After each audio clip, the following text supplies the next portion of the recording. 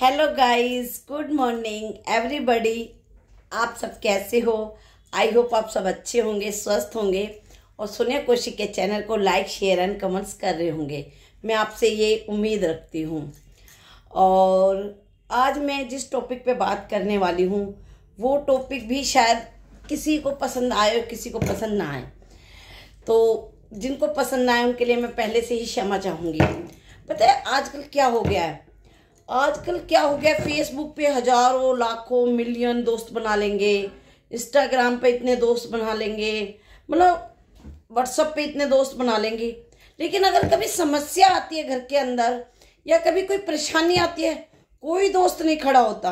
वहां पता है कौन खड़ा होता है? जो अपने खास, मुश्किल से 5-10 लोग, 5-10 तो मैं ज्यादा ही बता रही हूँ, मुश्किल से दिल से वो 4-5 लोग होते हैं जिन्हें इस तकलीफ का अंदाजा होता है। बाकी तो कोई काम नहीं आता। तो इतने सारे दोस्त बनाने का, आर्टिफिशियल दोस्त बनाने का क्या फायदा? आप बताइए। ये आर्टिफिशियल दोस्त बनाने का हमें ये फायदा मिलता है कि हाँ भी हमें आर्टिफिशियल दोस्त बनाए। तो जितना हम माना 2 घंटे फेसबुक पे दे दिए, 2 घंटे हमने व्हाट्सएप पे लगा दिए, ऐसे चैटिंग कर रहे हैं, बातें कर रहे हैं, लेकिन वो इमोशनली अटैचमेंट नहीं है आपके साथ। क्या आप सोचो कि वो इमोशनली अटैचमेंट है आपके साथ? नहीं, ये आपकी गलत फहमी है। तो जो लोग आपके लिए हॉस्पिटल के बाहर खड़े होंगे या आपकी कोई परेशानी होगी, दिक्कत में होंगे, वो जो 5-10 लोग हैं, आप उनको शायद टाइम भी ना देते हो इतना रोज फेसबुक को, और उनको आप व्हाट्सएप को इनको टाइम देते हो। कभी आपने ये देखा है कि जो मेरे दुख सुख में खड़े रहते हैं कि हम उन्हें भी, चलो रोज ना देके हफ्ते में, 15 दिन में उनको, मतलब घंटा 2 घंटा उनके साथ मिल के आए, बैठ के आए और उनकी भी सुन के आए, अपनी भी सुनाए। चलो इस बहाने चाय पियाते हैं। ये चीज गांवों में बहुत अच्छी है। शहरों में तो अब ये चीज गायब सी होती जा रही है। गांवों में आज भी ये होता है कि जितना टाइम मिलता है लोग बाग एक दूसरे के घर जाते हैं और उनसे मिलते हैं। और गाँव में आज के टाइम में जरा सा भी कुछ हो, पब्लिक इकट्ठी भी होती है, दुख सुख में भी सब इकट्ठे खड़े हो जाते हैं और पता ही नहीं चलता दुख कब आया कब चला गया। लेकिन आज लोग डिप्रेशन के मरीज हो रहे हैं। क्यों डिप्रेशन हो रहा है? क्योंकि समस्या हो जाती है, कई बार इतनी टेंशन ले लेते हैं लोग बाग और उसी टेंशन के अंदर अंदर ही अंदर घुलते जाते हैं। बाहर ओपन भी नहीं करते कि हमें ये टेंशन है, क्योंकि उन्हें पता है ये यार दोस्त खाली सुन के मेरा मजाक बनाएंगे। तो वो टेंशन आप किससे शेयर करते हो? जो आपके 5-10 लोग हैं उनसे आप ये बात शेयर करते हो। मैं ये बात सही कह रही हूँ कि नहीं? तो आप उन्हीं 5-10 दोस्तों को, जो तुम्हारे खास दोस्त हैं, खास मित्र हैं, जो तुम्हारे दुख में, सुख में, हर चीज में खड़े रहते हैं, आप उन्हीं को तो टाइम नहीं दे पाते हैं। उनके पास आपको जाना चाहिए, बैठना चाहिए और आपको ये कहना चाहिए कि हाँ भाई तुम मेरे लिए स्पेशल हो, तुम मेरे खास हो। आप लोग महीनों महीनों नहीं बोलते, और जब आपके माना कोई दिक्कत आती है या कोई प्रोग्राम होता है या जहां उनकी जरूरत होती है, फिर आप कहते अरे फलाना नहीं आया।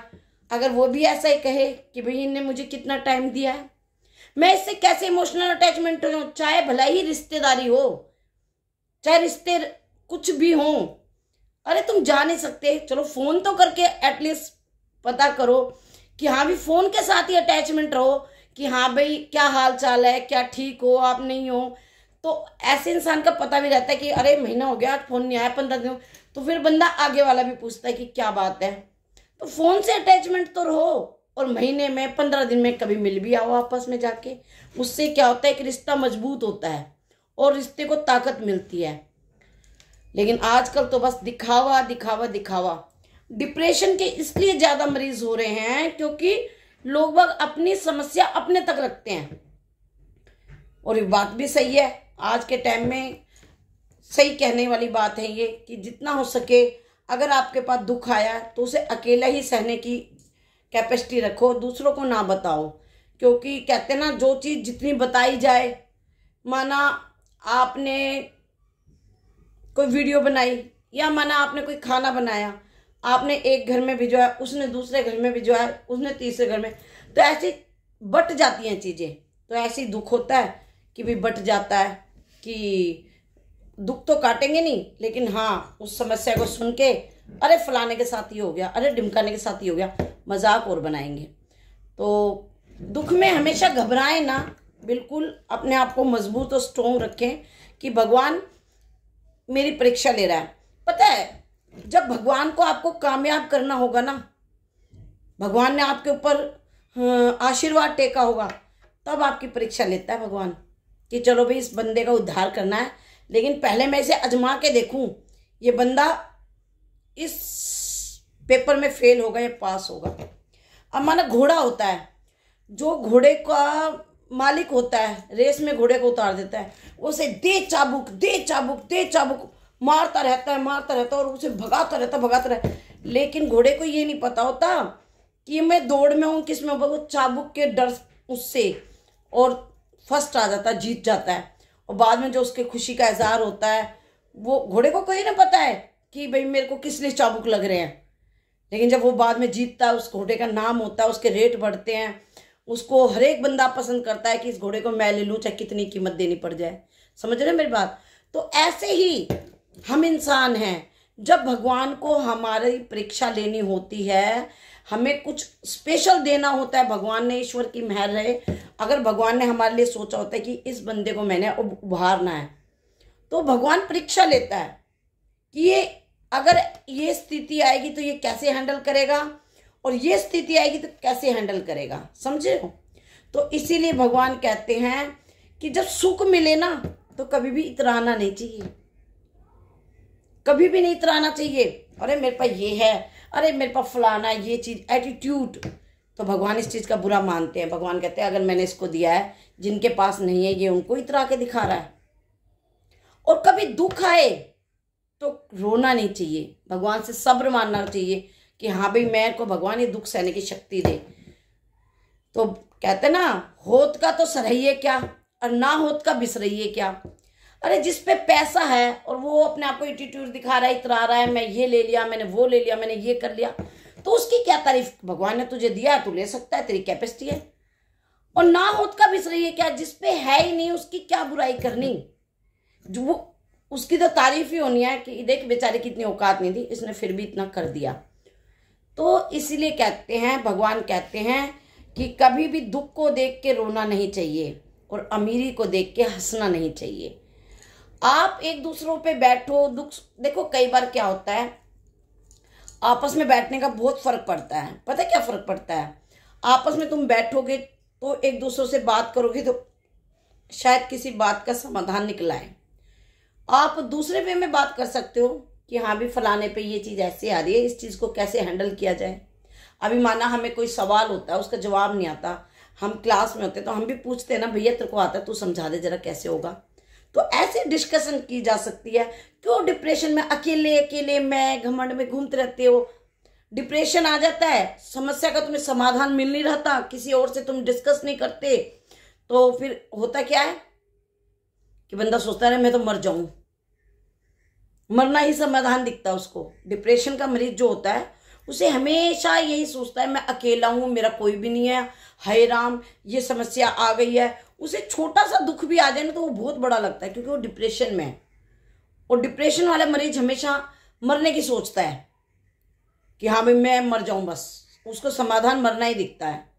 लेकिन समाधान डिप्रेशन का है, आपस में बातचीत करके किसी चीज का समाधान निकाला जा सकता है।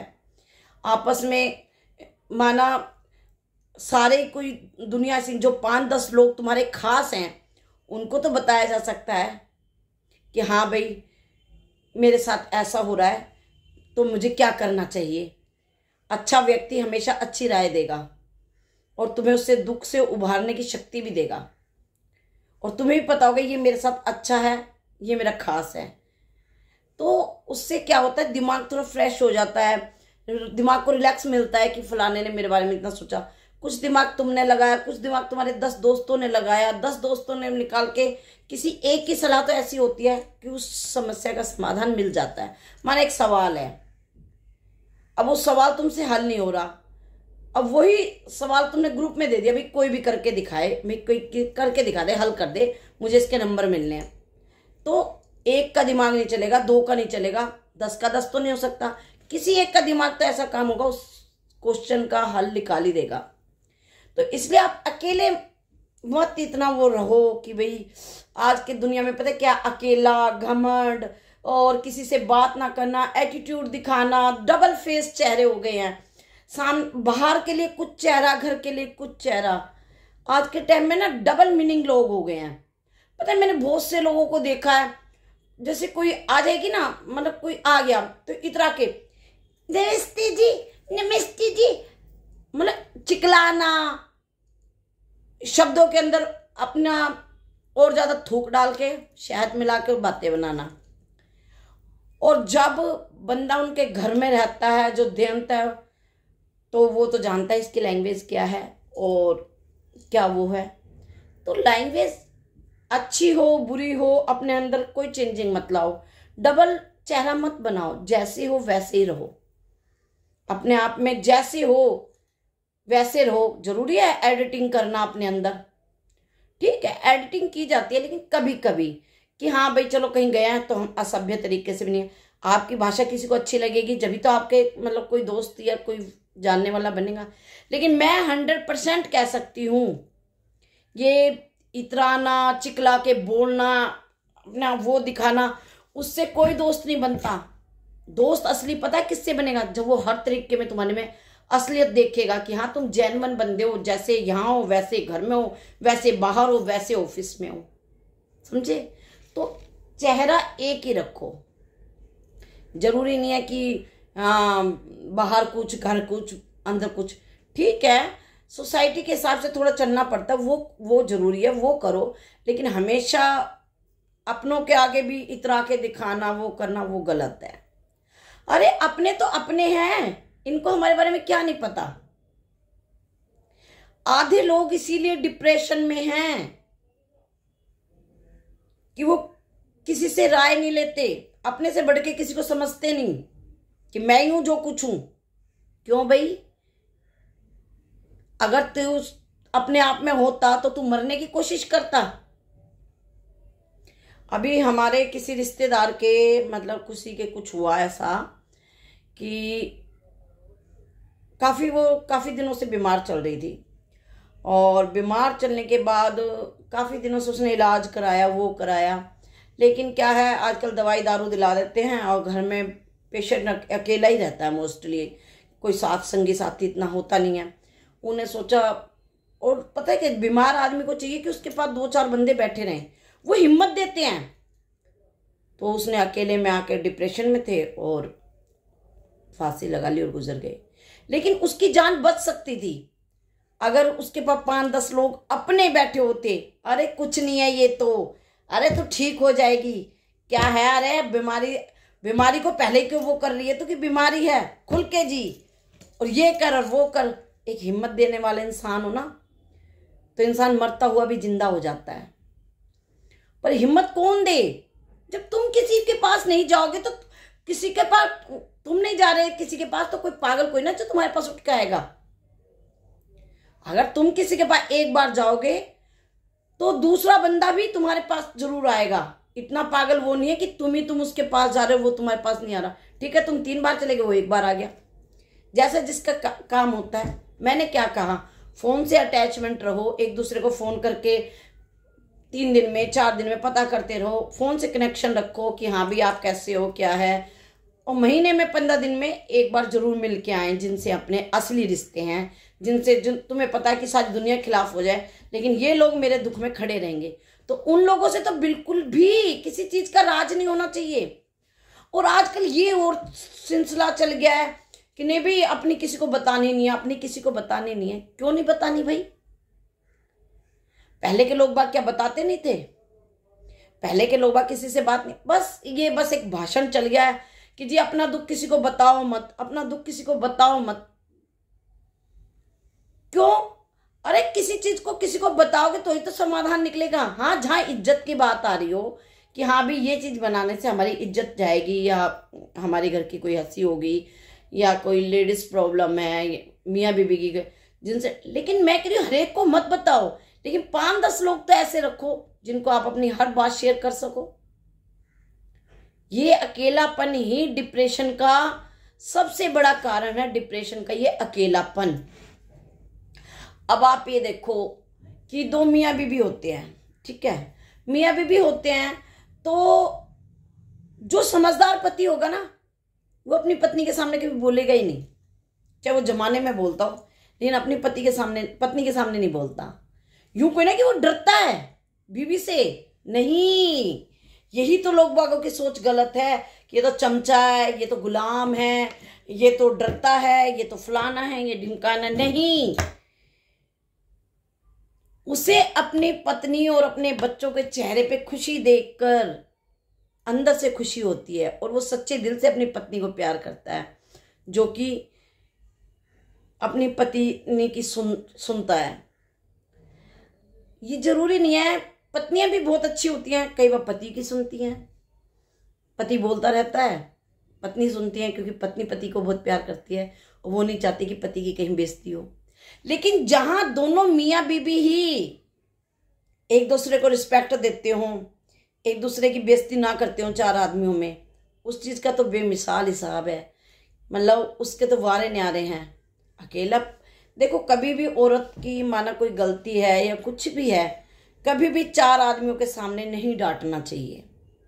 हमेशा सब्र रखें, और हमेशा कमरे में जाके जब तुम बैठे हो एकांत हो तो उन्हें समझाओ कि देखो यहाँ पे तुम्हारी गलती थी और मैं नहीं बोला, लेकिन तुम यहाँ पे गलत थी। लेकिन उस टाइम तो सपोर्ट करो, सपोर्ट नहीं कर सकते तो चुप भी रहो, मतलब बेइज्जती ना करो अपनी औरत की। और यही औरत को कहूंगी, माना अगर तुम्हें अपने आदमी की कोई बात बुरी लग रही है तो आप ये साबित मत करो अरे मैंने इसे मुट्ठी में कर रखा है, ये तो मेरे काबू में है। चार आदमियों में कभी भी अपने पति की बेइज्जती मत करो। अरे रात को आएगा तो तुम्हारे पास ही, चाहे सारे में घूम के आ जाए, रात को आता पंछी अपने ही पिंजरे में, तो तब आप बोल सकते हो कि देखो जी मुझे आपकी ये बात अच्छी नहीं लगी, उस टाइम मैं बर्दाश्त कर दी, लेकिन आइंदा शायद मुझसे बर्दाश्त ना हो, तो आप प्लीज़ इस चीज़ का ध्यान रखना आगे से। होता है ना ऐसा।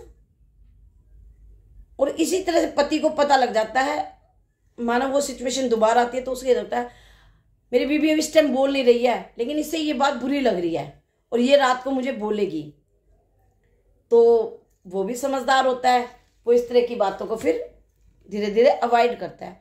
लड़ाई हर चीज़ का मसला नहीं है कि लड़ाई करो झगड़ा करो, ये इस चीज़ का मसला नहीं है।